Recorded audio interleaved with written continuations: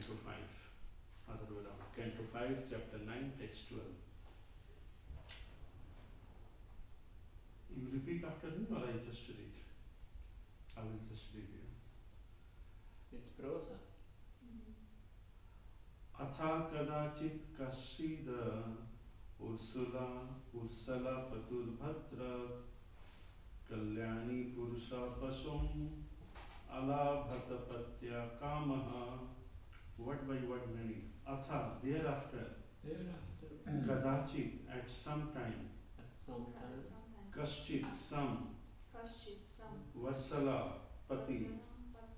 The leader of Sudras engaged in plundering the property of others.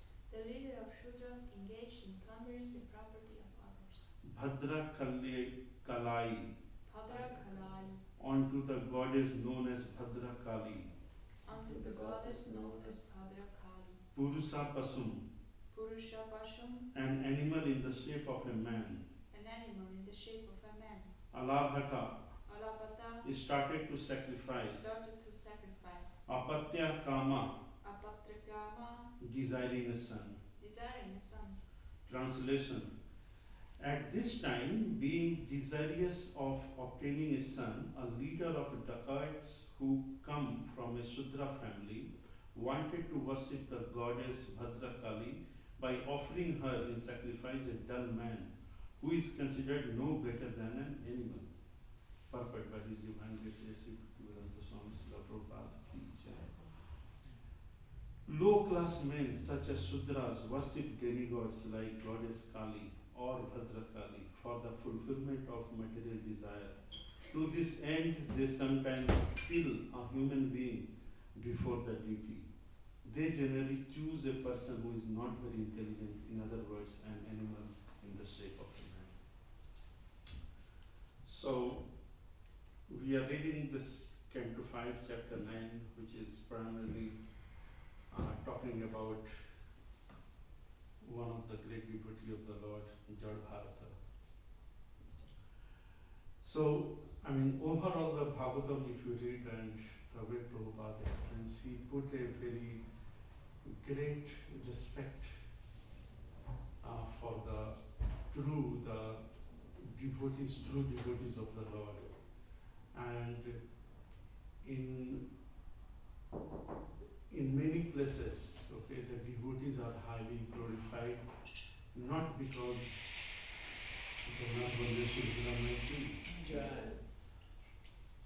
it is primarily because the love of the devotee towards the Lord. And it is also said that we should be always taking the dust of the lotus feet of the devotees. And the more humble, taking the dust of the lotus feet of devotee, what it means that it brings humility into us. And Lord likes it very much.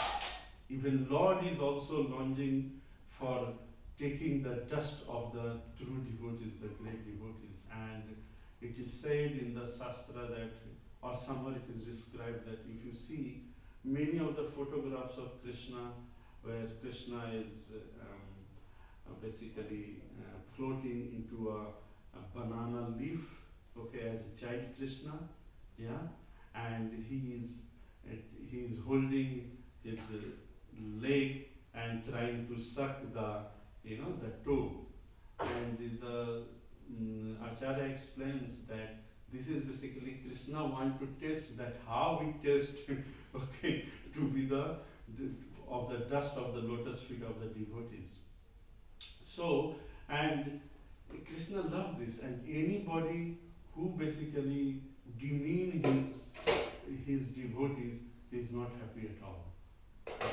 He basically takes offense of that, and we know the example of Ambrish Maharaj and Durvasa Muni, where Ambrish Maharaj, out of his duty, and out of his service attitude, he basically performed his normal duty of breaking the Ekadasi Vrata, right? But Durvasa Muni, he got angry and he cursed him, and the Lord did not like this at all. And Durvasa Muni, I mean, the Sudarshan Chakra was following Durvasa Muni like, you know, like hell, yeah? And all the Shiva, Narayana, Brahma, nobody could save Durvasa Muni, even his nine, I don't know how many houses he has, he could not take shelter at any places. And even God himself could not help Durvasa Muni. And finally Durvasa Muni has to beg for forgiveness from Ambarish Maharaj.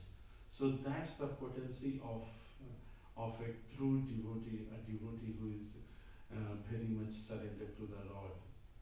But coming back, that's the overall picture, overall status of a devotee. The humbler the devotee is, more he or she is more lovable to the Lord. But coming back to this special or this particular chapter or overall canto 5 is the story of Jad Bharata. So it begins from Rishabh Dev, right? That Rishabh Dev, who was a great king, and he in fact Lord himself. Rishabh Dev was Lord himself, and Rishabh Dev, when he wanted to retire from his kingdom or his kingship, duties, he wanted to hand over his kingdom to one of his sons. Rishabh Dev had how many sons? 100 sons. Okay, and each son of Rishabh Dev were great in the sense of Vedic and Shastric knowledges. Okay, none of them are like so-called useless fellow, right? So he had to choose one of them, and he chose Bharat Maharaj out of his 100 sons. It means what it says, that how elevated the consciousness of Bharat Maharaj himself was. He was a pure devotee of Lord. He was always engaged in devotional service. And Bharat Maharaj, he ruled for many, many years, and he had a very big kingdom. He has a very beautiful partner. He has very nice childrens. Okay, everything was perfect in his life, and he was also, from a devotional point of view, he was discharging his devotional services perfectly as per shastras. Okay, and he wanted to take a retreat from his day-to-day activities, and he went to the forest. Okay, to basically to spend his final days of life. He was not that much old compared to the age, if you look at, yeah. But given that he was very much immersed in the devotional service, he took his time out so that he can get fully engaged into meditating on the lotus feet of the Lord. And so he went to forest. When he went to forest, he was alone, yeah, and he was performing his duty. But in Hindi say niyati ko kuch aur, I mean the fate had something else, right? So one day what happens, that he can hear the sound of a roaring tiger. Okay, and when he looked at that, the tiger basically, there was a tiger who was basically killing one deer, and the child of the deer was on other side of the river, yeah. And this, being a pure devotee, his heart melt, and he basically he thought that without my help, the baby deer will not survive. So he brought that baby deer, and he got very much attached. So the baby deer was a kind of child for King Bharat himself. Yeah, he loved it very much. And slowly, he was so much attached to the baby deer that his devotional service, his concentration towards Lord started waning. Okay, and this is the lesson which we get, right? That we should not. The whole Krishna conscious movement is basically about not getting attached to anything. Yeah, even if you are a very high pedestal. Now, Bharat Maharaj was very, very close to getting liberation. Yeah, he was very much elevated. He was doing everything right. Okay, but he basically he was so much in love with the deer, and that he sometimes his devotional service also got a little bit faded away. He he was not remembering the Lord always. Okay, he was always in mode of taking care of the deer, and that's how slowly his attachment increased. And at the time of death, and the response from the baby deer was also like a father. So for the deer, Bharat Maharaj was a father, and when Bharat Maharaj was about to leave his body, the deer was very much in shock, right? He was the deer was very much disturbed, and he was crying, and Bharat Maharaj could see, and that's how. And as Krishna says in Bhagavad Gita, that whatever you think at the time of death, okay, there where you take the next birth. And Bharat Maharaj was thinking that without me, how the deer will live. Okay, deer, if you, I don't know whether you have, I don't know about English movies or Western movies, but in Hindi movies, the movie will where grand old man of the family will be on the bed, and all the family member will be surrounding him, and they will all be crying, and they don't want that person to leave the body, So that's a typical movie used to be nowadays. I don't know how it is today. And they basically, the person who is on the deathbed, he's only thinking that, okay, what will happen to all these people after I leave this body? Okay. Similarly, that was the condition of Bharat Maharaj. And when he left the body, okay, yeah, he took birth in a deer family. Okay. But after the death, after taking birth, okay, he could remember his past life. And there think about that, how close after so many sacrifices, so much of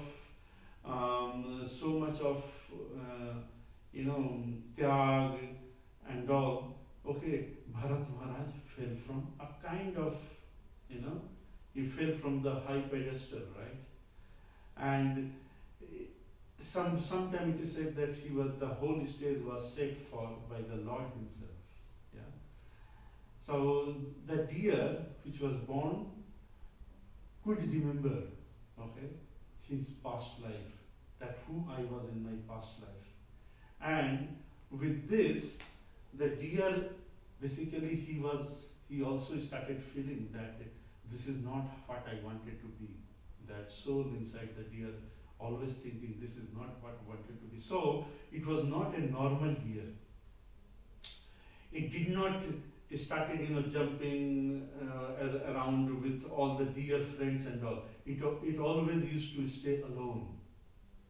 Okay, it always used to stay. It will not go and look for green vegetables and all. It will always eat some dry leaves, fruits, etc., etc. Okay, and the deer moved to one of the places on the Gandaki river. I think it is Bhogal Ashram, where the sannyasis were there. One of the Brahmana was there. So slowly, so the deer left his original place, okay, and the deer, so Bharat Maharaj in the body of a deer started meditating on Krishna himself. And over a period of time, okay, the deer left the body and it took birth in the house of a Brahmana. That Brahmana had 2 wives. From the first wife he had 9 children, okay, and from the second wife he had a twin. And the twin was basically one girl and another was a boy. and that boy was Jad Bharat. So Jad Bharat took birth as a human being. Okay, so there is a transition which took place from Bharat Maharaj after so much of austerity and services to the Lord. Because of one act, he fell down into the body of a creature of a lower animal body as a deer, and then because the consciousness was still there, okay, and sometimes this is also test, right? As I said, these are all are set up by Lord Himself to teach lesson to people like us, those who are engaged in material activity, that if Bharat Maharaj, after doing so much of austerity, so much of meditation on Lord Himself, because of one simple mistake, okay, he can fall down, what to talk about the normal people who are engaged into so many activities, okay? I mean, I'm giving lecture, but back of the mind that I have to go to office after half an hour or 1 hour, right? So think about the people like us who are so much engrossed into the material activity. Yeah. So these are the lessons these are the pastime which the Lord basically performs, okay, to give lesson to the normal public, that how much it is important to remain conscious about our roles, responsibility, duties in the material life, and how it is important to never forget or never get attached to anything other than Lord Krishna Himself. So Jad Bharat, he was not a normal child. Yeah, the Brahmana wanted his child to, as a Brahmana, the basic principle is that he should be very good in Shastra, very good in karmic behavior, very good in his normal duties. So he started teaching Shastra to his son, but he was not normal, right? He was kind of, or he was behaving, to put it in a different way. So Jad Bharat knew that who he was, but he was behaving like a stupid person, okay, that he doesn't know anything. Yeah, and the father wanted to teach him all the day-to-day activities. So even he had to teach him that how to go to toilet. So first go there, come back, wash your hand. But this guy, Jad Bharat, he will do other round. Okay, it means all topsy-turvy. He was, sometimes it is used, like he was behaving like a Buddha, okay, means person with no common sense, nothing at all. But inside, Jad Bharat knew that who he was. He was, from inside, he was not a subpar person. He was very intelligent. Why he didn't want to get attached to the normal day-to-day life? Because his goal was to go back to Godhead, okay? Because he knew that what he has gone through in his past 2-3 births. So, yeah, he was behaving like this, and over a period of time, and he didn't want to mingle with the common public, yeah? That was not his goal in the life, yeah? So, over a period of time, Jad Bharat, he grew up, and after some time, his father, he left his body, yeah?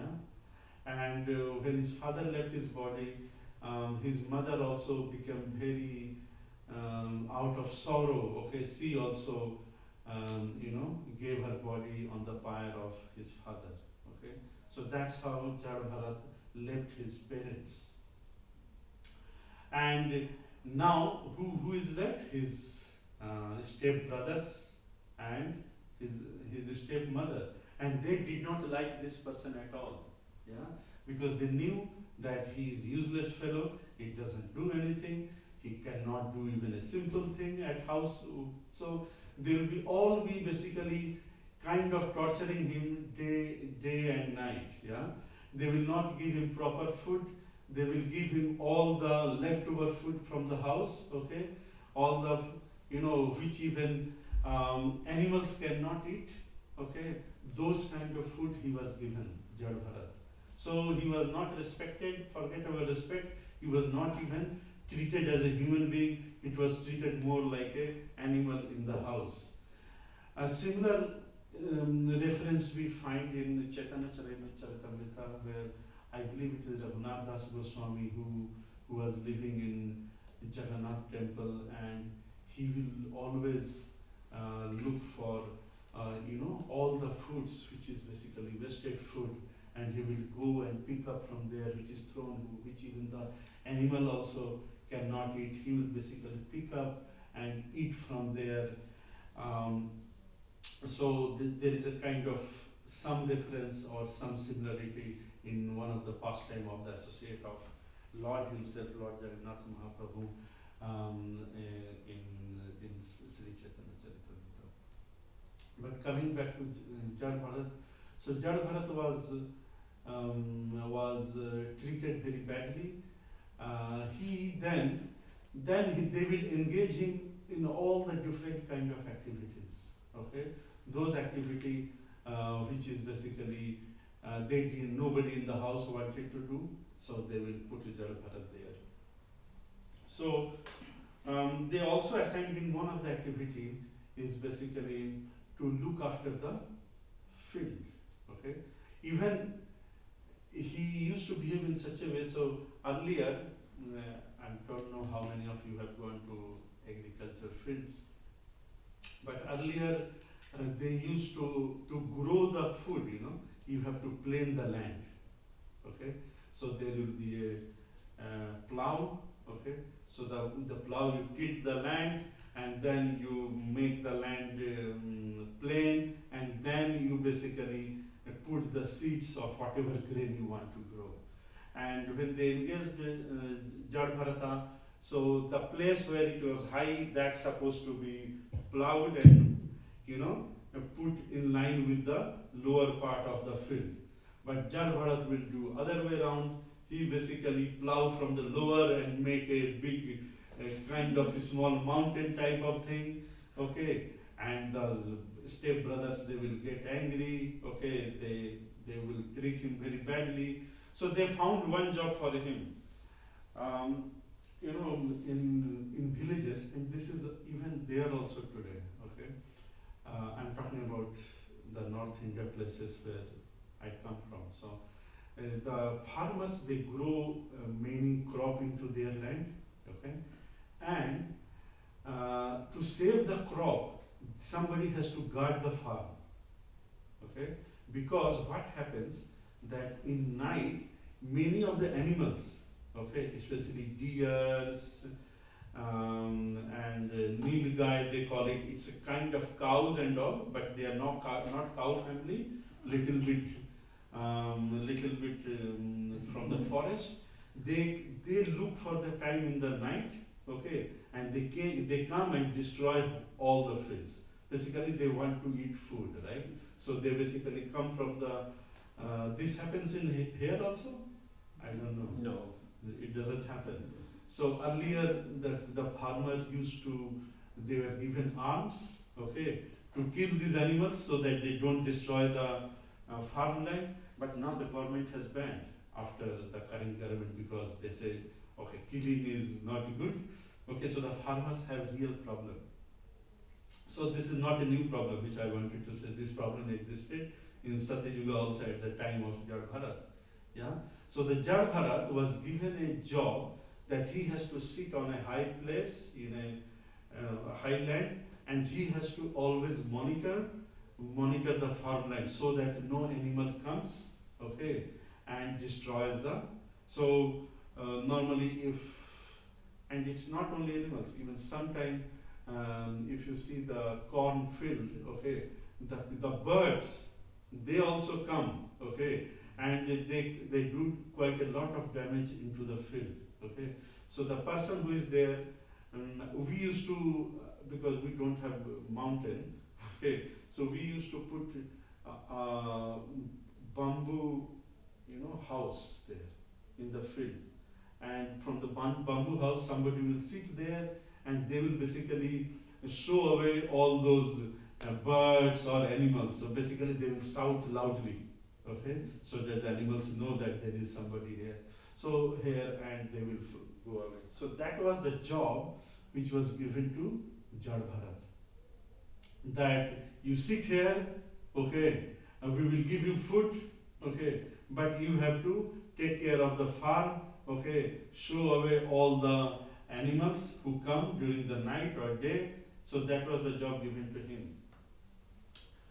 And so Jad Bharat was, I mean, he was what we call totally neutral to all these activities. You give him whatever you wanted to ask him, he will do based on his whatever he want to do. Okay, he used to behave like he doesn't know anything.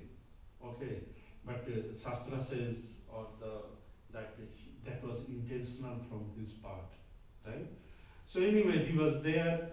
So at that point of time, what happened that one of the, gang leader of dacoits, robbers, you know dacoit? Dacoits are robbers. They are very dangerous people. Okay, so he wanted to have a son. Okay, but he did not have any son. He wanted to have son, and somebody told him that if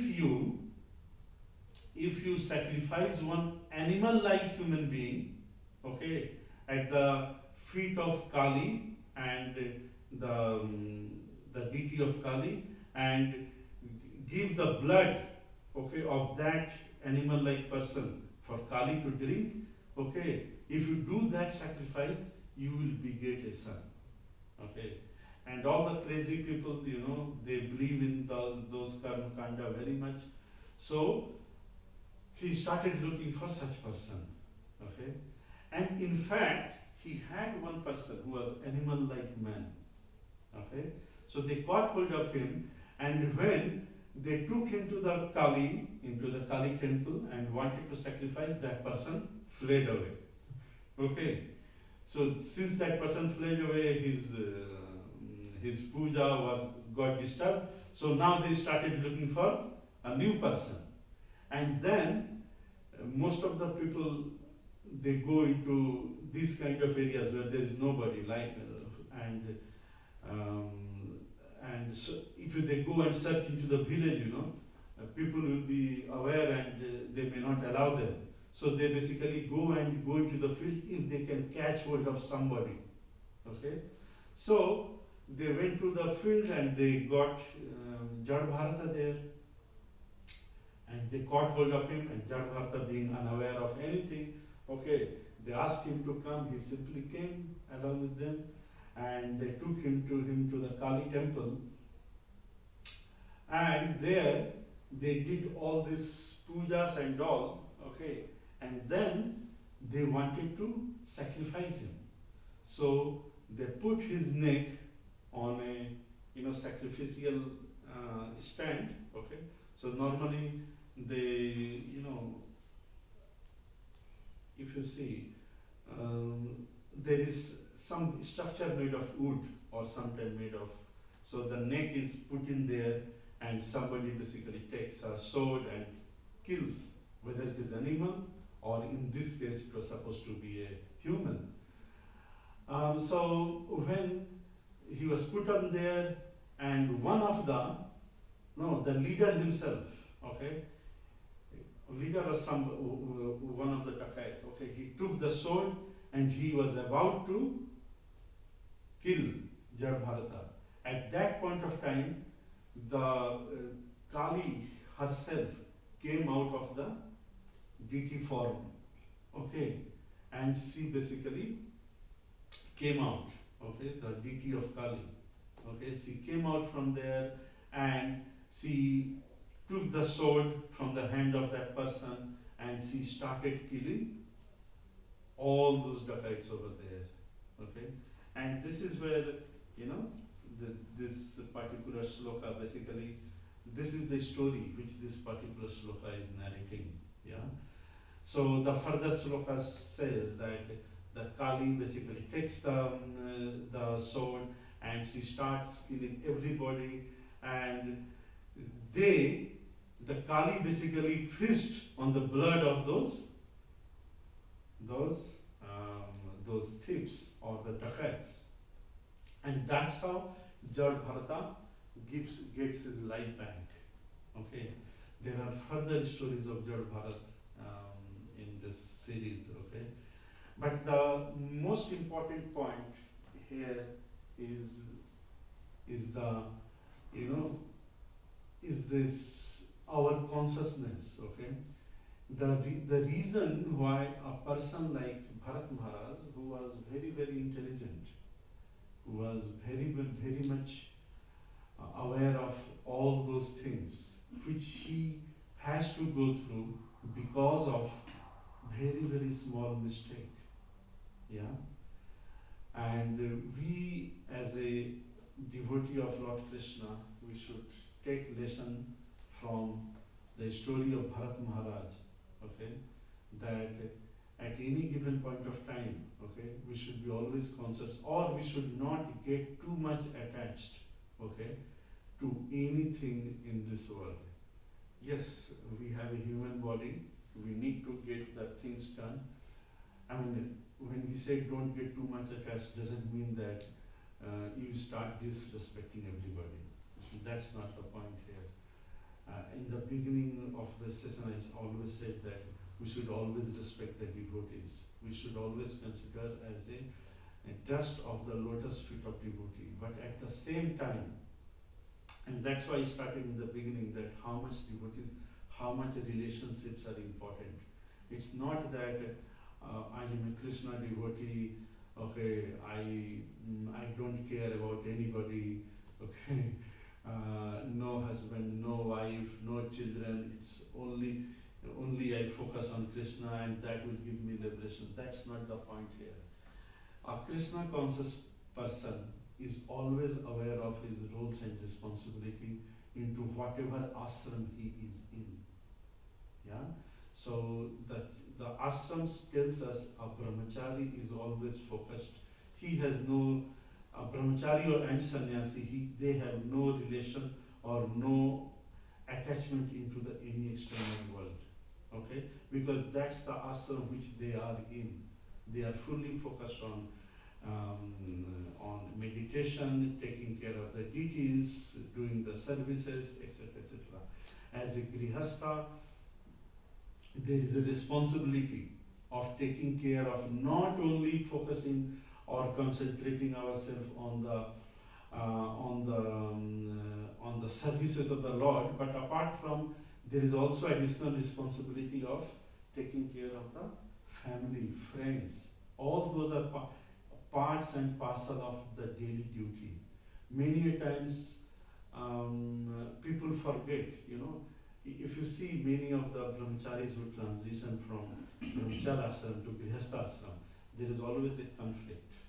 Okay, because for, I don't know, 1 year, 2 years, 5 years, 10 years, okay, your focus is always at one place. Okay, but now you need to divide your time into 2 places because you have entered into an ashram where you have additional responsibility. And it's not only family, it's also about the community which is surrounding you. And then when you transition from grihastha ashram to the next one, vanprastha ashram, again you have to shift the gear, right? And there where Bharat Maharaj, okay, he made a mistake. Of course, at our level, we cannot criticize Bharat Maharaj, who is far above our standard.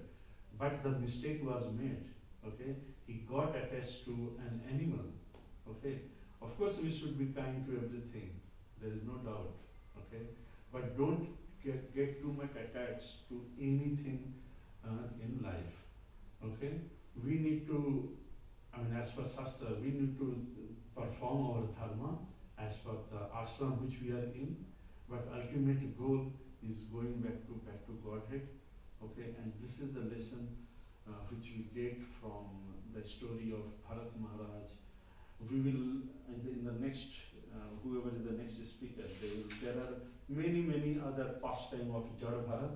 Okay, very interesting pastime. Some are very funny also. Okay, but with this, I will give stop to my lecture. Feel free to comment, or if you want to share something, or if you have any question, please feel free to ask.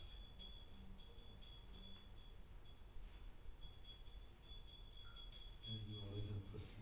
Hare Krishna, Prabhu. Thank you so much for your lecture. When you were putting out the point that Bharat Maharaj was seen so greatly from everyone as the greatest king, and then he made a mistake, and then he actually accepted voluntarily the position of a very foolish man, actually. And what he was going through, I was reminded, of course, of this verse, Klinada Plisanichina. We have to become lower than a straw on the street and toleranter than a tree. And actually, Bharat Maharaj showed us, like, he really gave this example, and we sometimes think, yeah, okay, we are quite humble, but it's not enough. So maybe you can elaborate on this topic a bit. Yeah. That how we should actually feel, how we should actually Look, humble. There are many things, right? There is a optics of humble, okay, and there is a real humility. Yeah. So many a times you will see somebody is very humble. Hare Krishna Prabhu, Hare Krishna Mataji. Then touching the feet always, taking the dust, and because he is in a very good mood. Okay, you are always in a very good mood. Okay, but the real test of humble, as you said, Trinada Vishnutina, right? The real test of humbleness comes when you are put into adverse scenario. It's not difficult to be humble, to be frank. What is the problem? If I come to temple, okay, if I tell everybody Mataji, everybody Prabhuji, and if somebody asks me that Prabhuji, can you help me here, you voluntarily help him or her. If somebody says that please can you do this for me, or if somebody shouts at you, you don't respond to him. Okay, it's not a difficult thing. Okay, all we need to do is basically bring down our ego. Quite often people get worked up if suppose there is a senior devotee, okay, very senior devotee, and there is a junior person, okay, and this junior person probably he has read a lot, okay, and then he starts correcting, okay, the other person who is maybe senior in age or senior in Krishna consciousness, okay. There where the conflict comes. There where the taste of humbleness comes. Okay. Many times, oh, how come he's so junior to me and he's teaching me how to practice Krishna consciousness? This comes, at least it sometimes comes to my mind. Okay. This is where we need to control our urge. Yeah. But also, the humbleness comes into test, or for that matter, anything comes into test when we are put into a very adverse scenario. Okay. For example, very practical example. Okay. And this affects me a little bit sometime. Okay. So you are in the kitchen. Let us take this kitchen. You called a few people that please come and help me. Okay. And then none of them came, but you have to cook because you were assigned the cooking seva today. Yeah. Now you have a pressure, right? You have pressure to meet the time because 9 o'clock or 11 o'clock the offering has to go. Okay. So you are basically organizing yourself, cooking this, making sure this is done, this is done. In between, somebody comes, okay, that Prabhuji, can you help me? Okay, I need to, can you tell me how to cook this one? Because one Maharaj is there, I need to cook for him. Now think that you are already in pressure, okay? I'm just trying to put a very practical example which happens on day-to-day basis. You are already in pressure, okay, where you have to cook for 20, 30, 40 people, whatever it is, okay. In between, somebody is coming, okay, he is taking some space, okay, from you and asking you that can you teach me how to cook this? There could be many, many examples. And this, at least to me, sometimes it bothers me. That, come on, give me a break. I have to do this. And there where the taste of humbleness comes. If everything is good, everybody will be humble.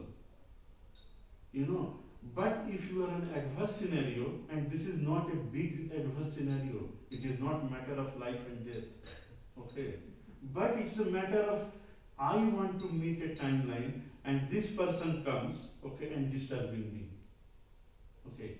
So you have two situations, okay.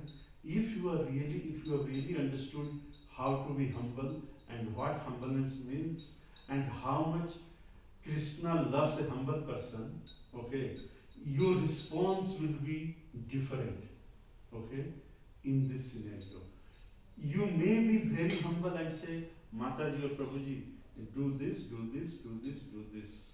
okay.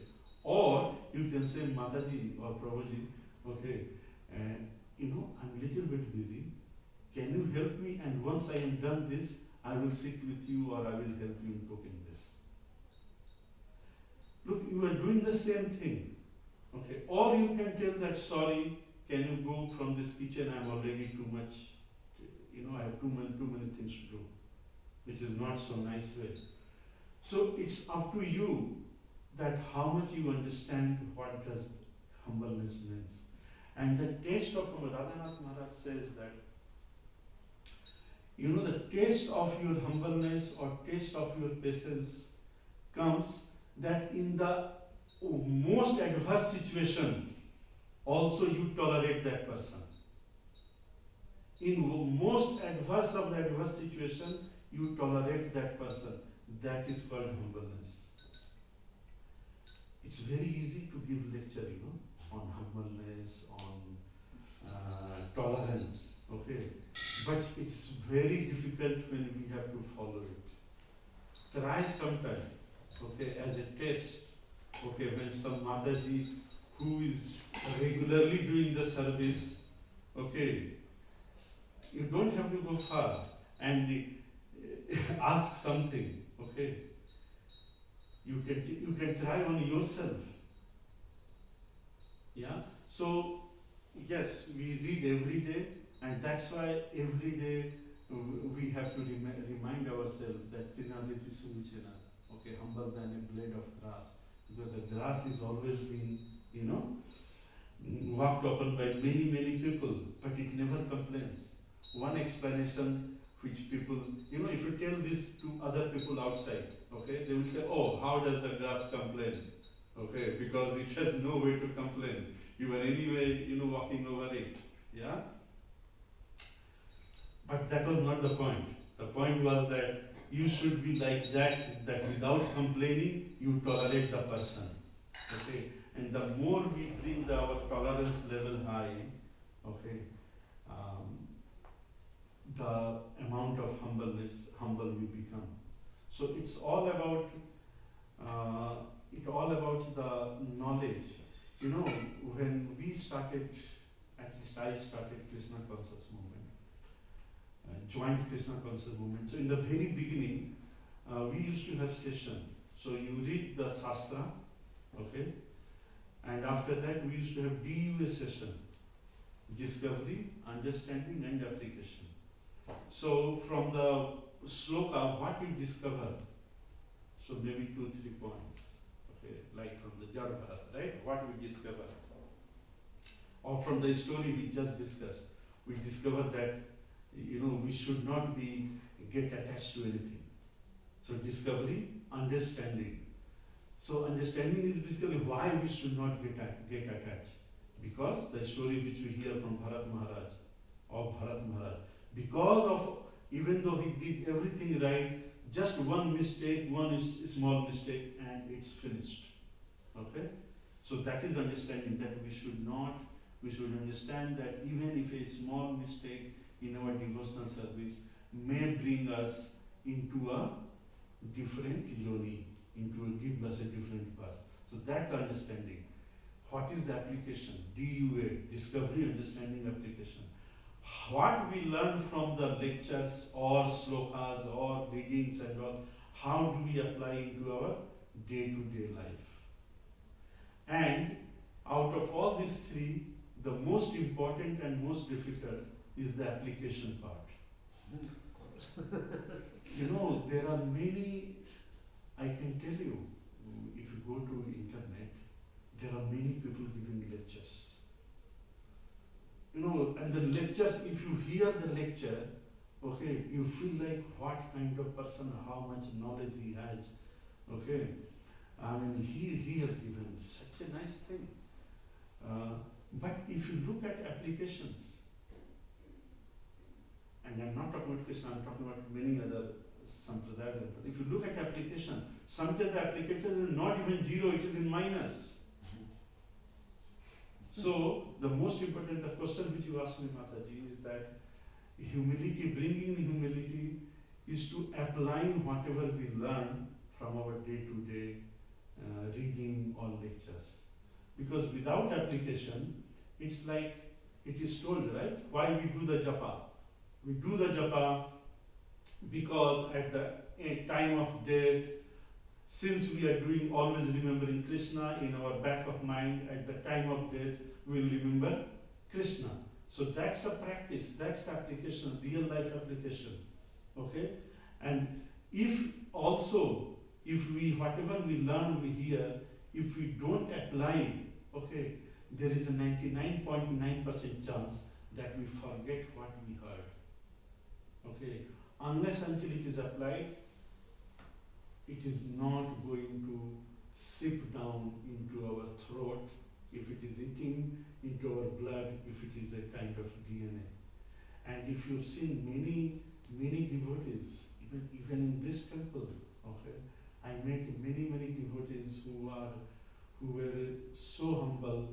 Some of them are here also, okay, and that's a lesson. And in alone, we contemplate on that how that devotee has managed that situation, and what I would have done if I would have put into that place.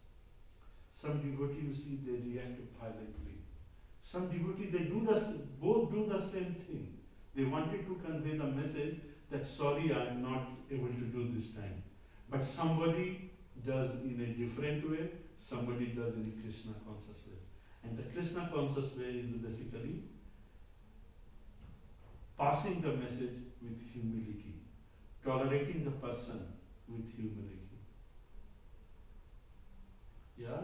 So that's something which we need to, there is Sanskrit, there is what called Atmasat. We need to absorb those qualities in us.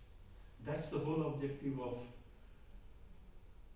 all the activity which we are doing from 4:30 in the morning, right? All the devotional songs. It all tells us that, you are the supreme personality of Godhead, okay? I want to become like you, like we do Tulsi Arti, okay? E nivedana dharo sokhirana gata karo, right? It's all about humility and tolerance in life, okay? And remembering Krishna.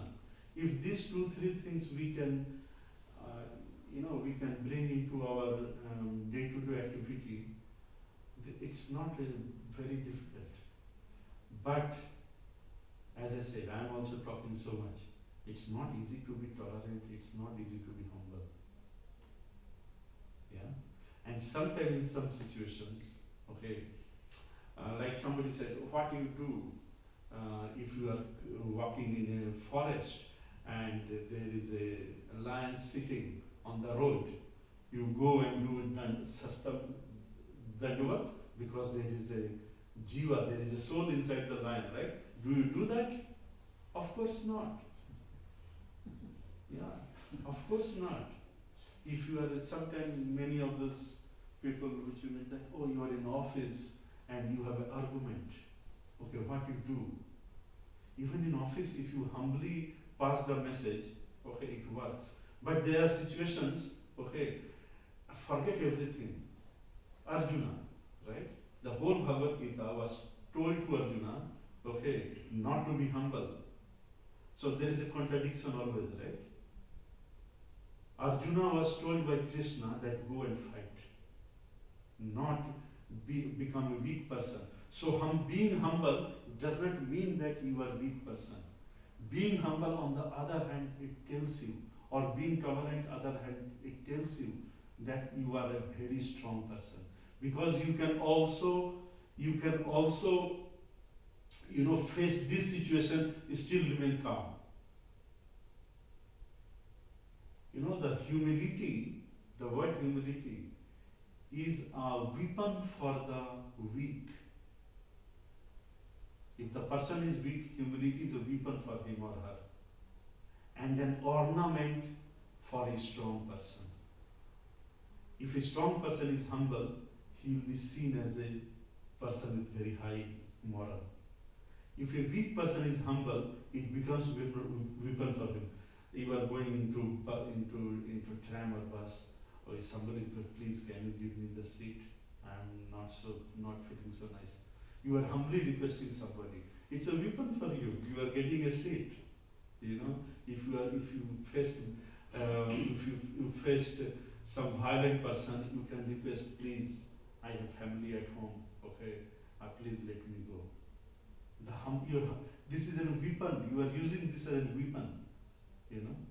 So it has very, very much characteristics, and it serves your basic purpose in life. So humility and tolerance is very important. And if you see Jad Bharat, he was tolerating everybody. Okay, tolerating his stepmother, stepbrother. He also tolerated the dacoits, and in future shlokas, he'll be tolerating so many people. And that's his success story. So, just becoming a strong person doesn't mean that you are a successful person. To be successful, you need many other qualities. And those qualities where Arjuna had those qualities. It all depends that in which circumstances you use what quality. You go to war zone, you don't become humble. You do your varnashram dharma, you follow your varnashram dharma. If you are a warrior, you need to fight, you need to kill the opposition. That doesn't mean that you are not humble. You become humble in front of your father, mother, your Lord, okay? But you don't become humble, as I said, in front of a tiger, okay, who is, stopping your way. Yes, Mataji, it was a long answer, but hopefully it has. Thank you very much. Yes, Prabhu. Можно, да? Вперед.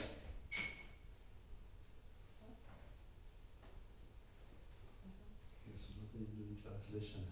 Получается, что Господь дал на мир материи искру своего великолепия.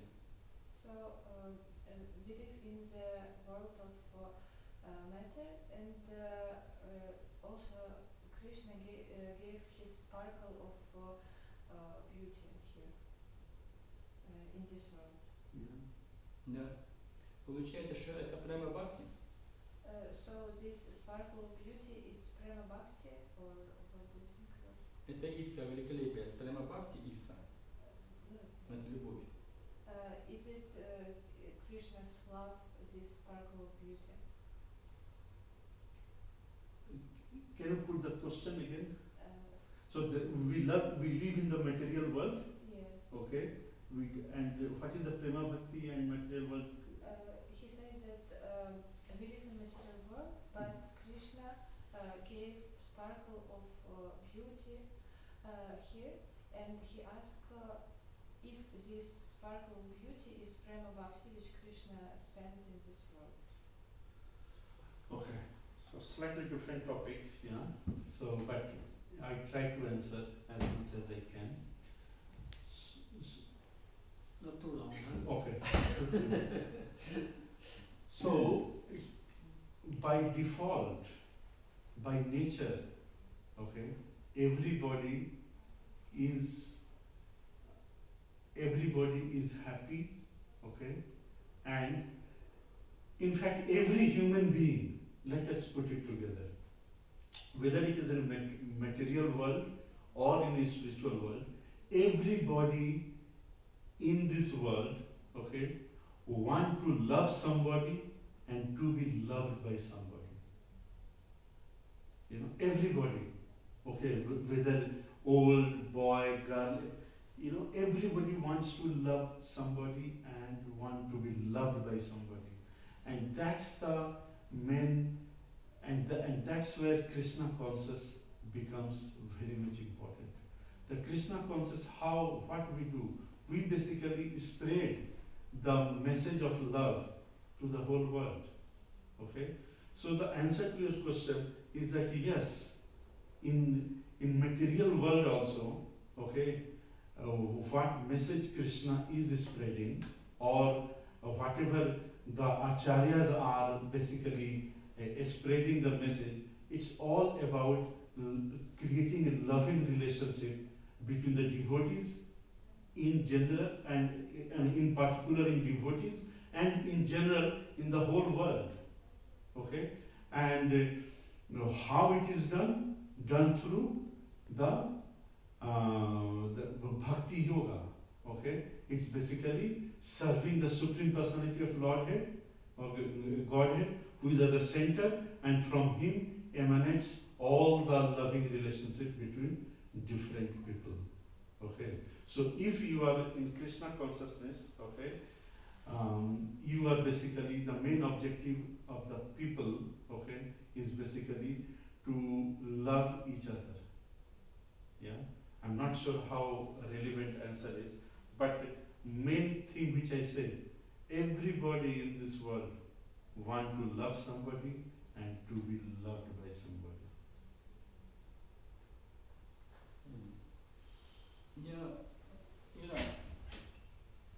Я просто что я хочу сказать. Я слышу. Да. Получается, что вот эта искра великолепия, вот эта прямо бхакти, она делится, это вкус, это прямо, это Господа вкус. Вот эта искра, она делится на разные вкусы. Это вопрос или это? Не, скажи. No, это вопрос или? Не, просто я разговариваю. Okay. He makes statement that this sparkle of beauty, it's divide in a different taste of relationship with the Lord. Есть, допустим, вкус отца.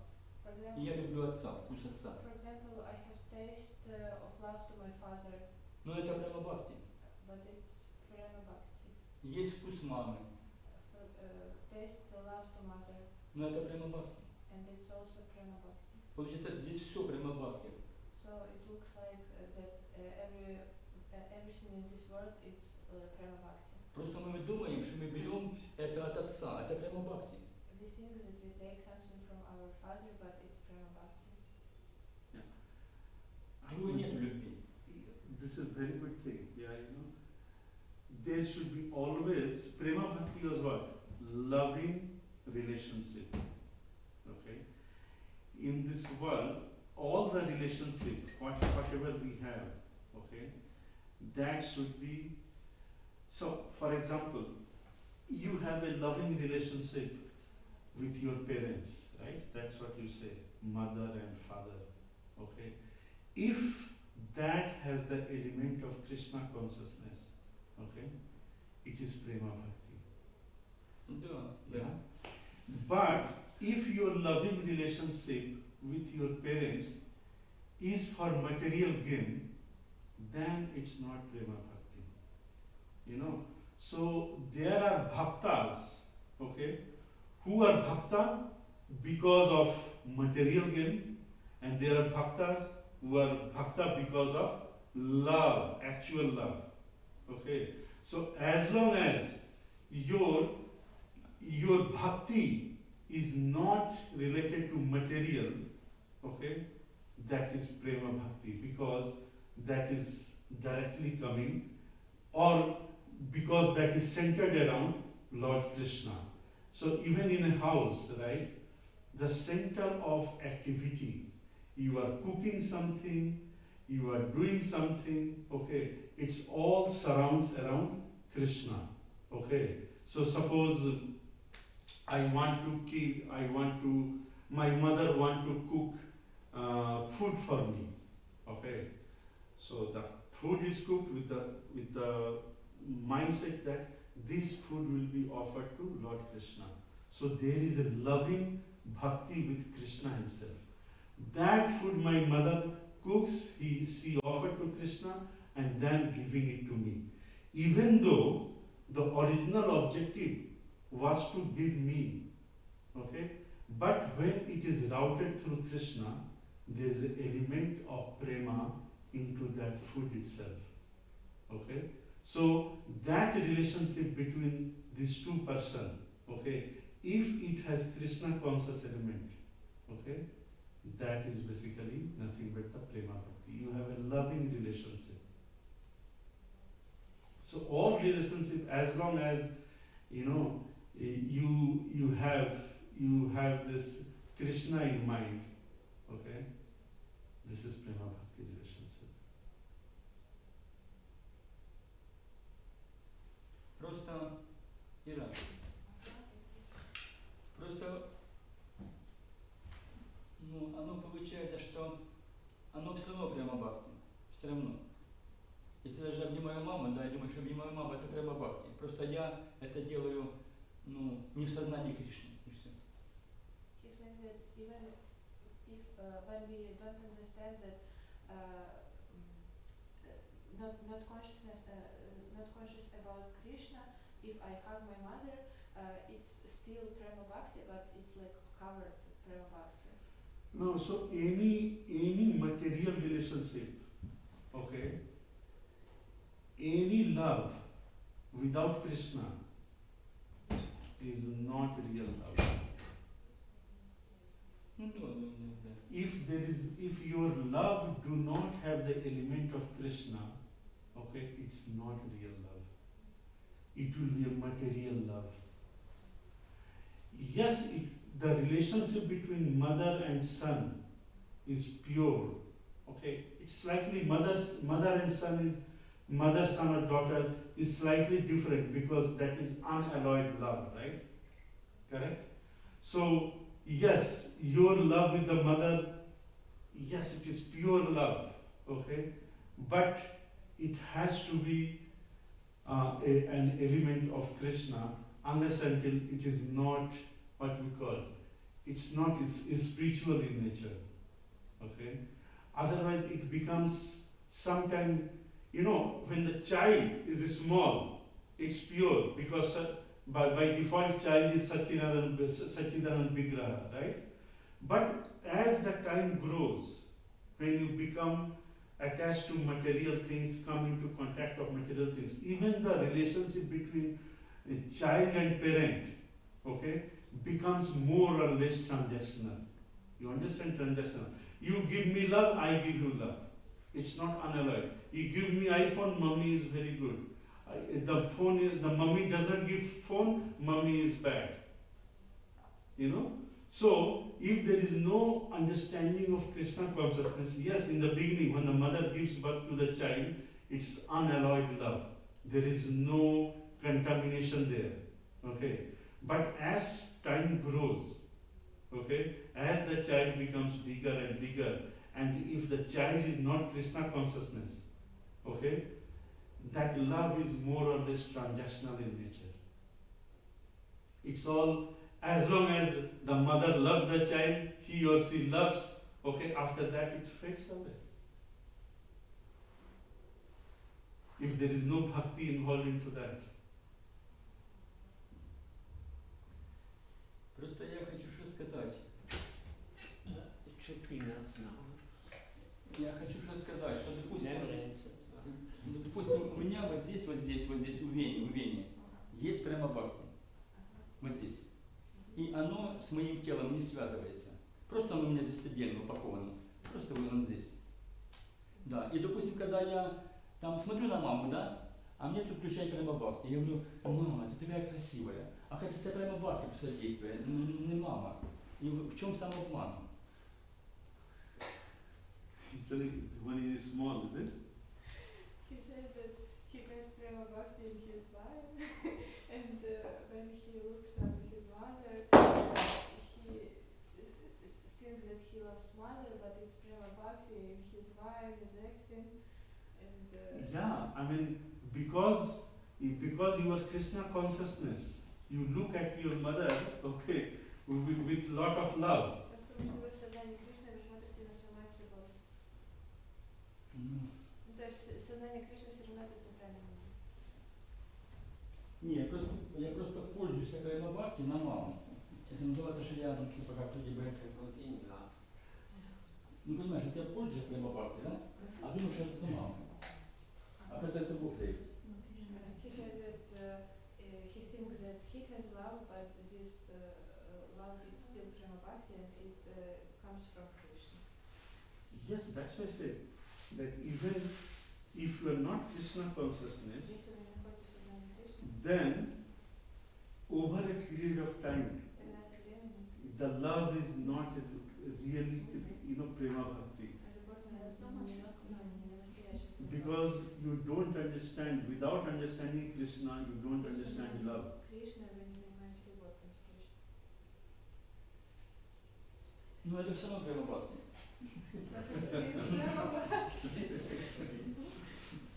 Все равно это прямо. Просто я думаю, что это не прямо. Это моя ошибка. Maybe Это we are прямо. losing in translation a bit. Okay.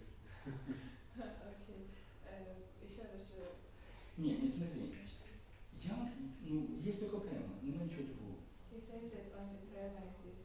Да, я, допустим, думаю, что це все моя мама. For a small child, for a newborn child, only prema exists Для between. новорожденного Okay. существует But только as the child grows, когда он растет, he is coming into contact with material nature, and if he is not Krishna consciousness, в сознании Кришны, the prema and bhakti both fades away because he is affected by the material. према бхакти, она уходит в сторону, потому что материальная реальность становится сильнее. So it's very important that we understand Krishna. Okay. Otherwise, the real meaning of prema bhakti will go away. In the beginning, yes. Вначале, да. In the beginning, yes. The child relationship between child and mother is pure love. Отношения между матерью и ребенком чистые. But over a period of time, it becomes transactional. Оно может You do this for me, I do this for you. I do this for me. And that's why very important that we have a Krishna conscious child. чтобы у нас было сознание Кришны. Ну да. Hare Krishna. Sorry, Prabhu, if I could not answer. Если ты сейчас не смог ответить.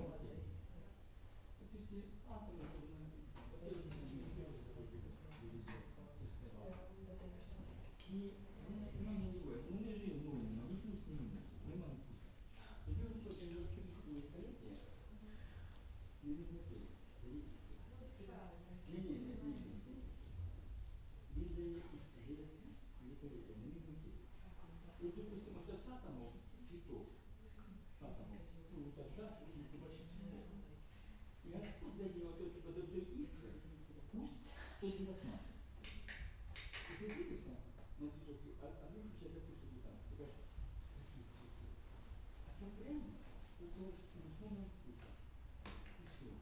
Тут все прямо. Тут немає, кстати, любов мама, або не думає, ні. Якщо я думаю, що це, ну, типа, любов Кришни, ну, прямо, це то. Оце сама Кришна. Якщо я думаю, що це, ну, типа, це йде, оце не допомагає. Це все. Це проще. Тут вообще немає нічого другого, понимаешь? Нема другой любви. Есть только, говорят, что нету тьмы. Когда темно, нет, там нету света. Это просто, если нет любви, то не больно. Это и все. Я не главное по философству. Все просто. Все открывается прямо. Я обнял брата, а вкус не 19. Прямо. Все прямо. Все прямо. Не вообще ничего другого. А? Нельзя находиться на таком уровне. Не, это понятно. Просто я, ну, я что не на таком уровне, я тоже ходил всякого транса. Ну, просто я начал это понимать, что все прямо. Не надо ничего вообще другого, понимаешь? Просто что если я обнимаю маму и бачу тут прямо, одне дело, если обнимаю маму,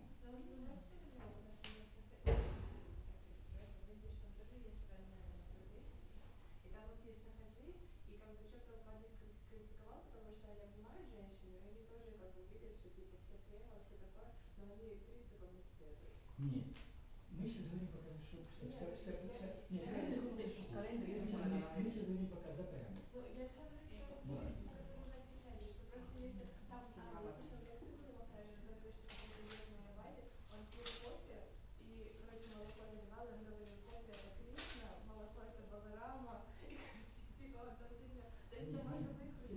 Це ж називається прогрес. Це його прогрес. Отой, що обнімає, отой, що обнімає там жінку, каже, це прямо, це його прогрес. Він піде в нього нормально. Ну нормальне явлення, це коли я бачу везде Кришну. Если я буду сами в трансе, вот я хапнул легко, нахрена не нужно? Я же не я ее вообще не почувствую. Если ты будешь в меде, ты можешь не почувствовать. Да,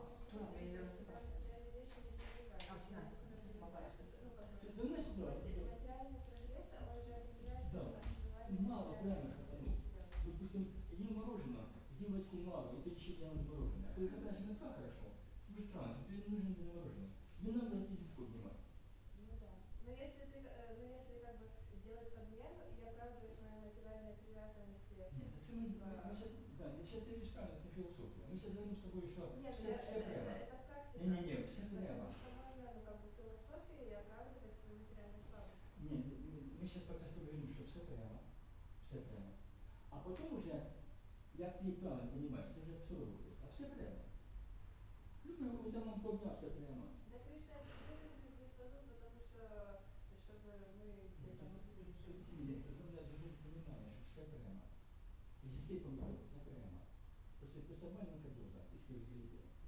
Потому что если не было атеиста, ну, вкуса на помидоре, не включаться внутри. Не надо помидоры, но надо вкус. Если я не это самое, ну, не включаться, я не ел помидор, ничего не нужно. Я бы жил. То я тебе что-то я тоже жить не хочу, так я живу жить. Це все, ну, щоб вкуси. Оце можна понять, що всі ці вкуси, це прямо. Даже слово счастье означает счастье со Всевышним.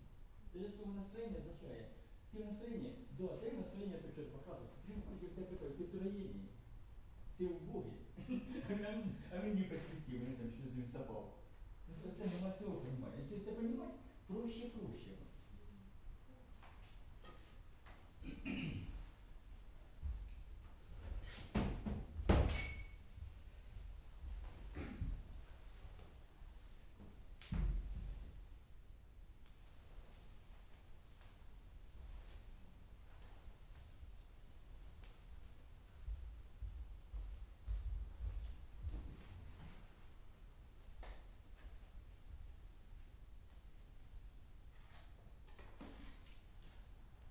То есть здесь вот это понимание, что все прямо, ты просто понимаешь, так получается, что я, ну типа, чем-то пользуюсь, да, хорошим, а хвалю тетю Катю, там, и тетю Веру, там, понимаешь? А оказывается, я причем, это же прямо его, это же его любовь. Понимаешь? Не, понятно, надо иметь уважение к маме, там, я не кажу, там, дхарму выполнять. Ну, розумієш, це все, як, ти дхарму виконуєш довг. Ну, ти розумієш, що це все Кришна. Ну, типа, все він, це все. Тоді хочеться за проще. Ти можеш бути ким хочеш, там, ходити по вулиці, да, і бути все время в цьому розумінні. А якщо ти думаєш, що це все на, там, навіть шоколад, в шоколаді там оце є према, оце вкус. В сахарі є према, в мьоді, це все према.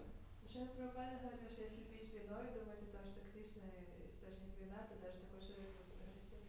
Ні, ну дивися. Що каже читателя? Ти знаєш? Да, що він каже? Їжте м'ясо, придайте Кришні. Він каже. Да? То, що прийде время, ну, він каже, він знає якусь там віру. Він поміняє сознання. Это что-то при Прабхупаде. Да, він каже, що все придайте Кришні, все предлагайте. І тоді постепенно у нього появиться це сознання в голові. Ну, типа, подивися, ну, в церкві, я кажу, нельзя понимать там того, даже кофе з чаші халата. Він каже, Коля, там мої прихожани браво п'ють. Який там чай, ну, типа, знаєш? Получається, що це їхній уровень. І вони не в нас. Ми тут, а вони там. Піде время, вони подимуться, якщо центр подиме. Вони сюди прийдуть. Це все уровень. Ні, ми з тобою розуміємо, що це не основа. Ні, це не основа, Боже упаси. Ну це уровень. Я ж казав за 400 тисяч життя, що тільки 9 цивілізованих. Це 91, є вся попала, продавають калі, там що хочеш. Тут хто-то взагалі не продає калі, просто їсть м'ясо, розумієш, да? І це його уровень.